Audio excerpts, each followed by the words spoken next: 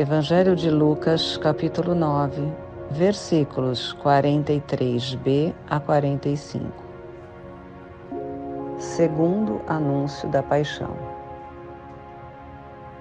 O Senhor esteja convosco, Ele está no meio de nós. Proclamação do Evangelho de Jesus Cristo segundo Lucas. Glória a vós, Senhor. Naquele tempo, todos estavam admirados com todas as coisas que Jesus fazia.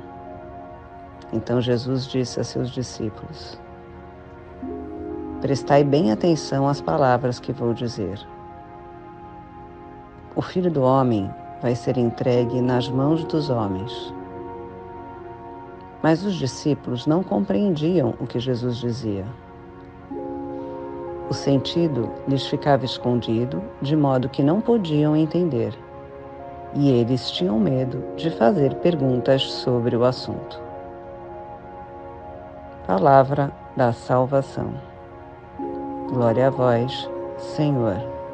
Prestai bem atenção às palavras que vou dizer. O Filho do Homem vai ser entregue nas mãos dos homens. Lucas 9:44. Este sábado é o último dia da 25ª semana do tempo comum, e a liturgia nos apresenta o segundo anúncio da paixão de Jesus, tema que continua a nos provocar. Há alguns de nós que acham que foi um exagero, que não era necessário, mas temos que entender que Deus não olha com os nossos olhos, mas com os olhos de Deus. E aos olhos de Deus, nosso pecado é infinitamente mais dolorido do que as dores da paixão. Este sim, o pecado, o mais radical dos males, não era necessário e não continua sendo até hoje. Mas continuamos cometendo e machucando o Senhor. Novas chibatadas em seu coração, mais espinhos na sua coroa. Não tenhas medo. Esta cruz não era mortal para mim, mas para a morte. Estes pregos não me penetram com dor, mas com um amor mais profundo por ti. Nos ensina São Pedro Crisólogo. É mandatório reconhecer que somos pecadores, e igualmente também é necessário admitir que Deus nos ama em seu Filho Jesus Cristo, não no imediatismo da vida atual, mas na infinitude da vida eterna.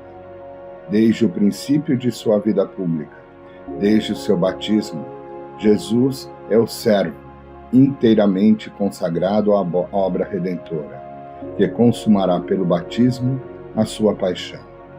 Ao negarmos seu amor e suas ações, inclusive sua paixão e morte na cruz, somos como os discípulos que não compreendiam o que Jesus fazia.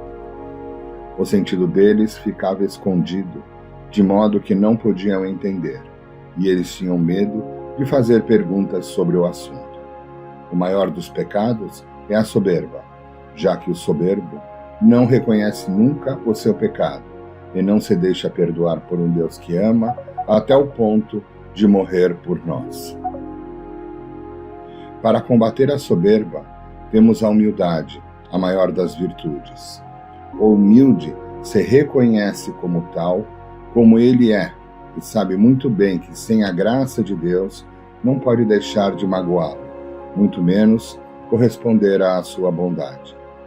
Uma das chaves da sabedoria cristã é reconhecer a grandeza e a imensidade do amor de Deus, ao mesmo tempo admitir a nossa pequenez e a grosseria do nosso pecado. Como somos lentos e teimosos para entender isso.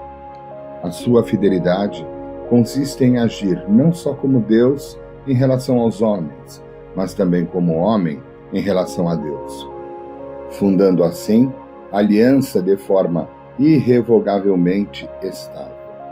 No dia em que descobrirmos e reconhecermos que temos o Deus de amor, Deus de bem, ao nosso alcance, diremos como Santo Agostinho: tarde te amei, meu Deus.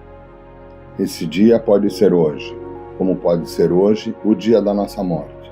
Quem sabe?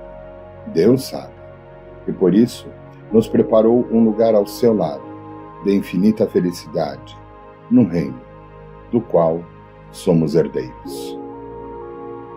Paz e bem.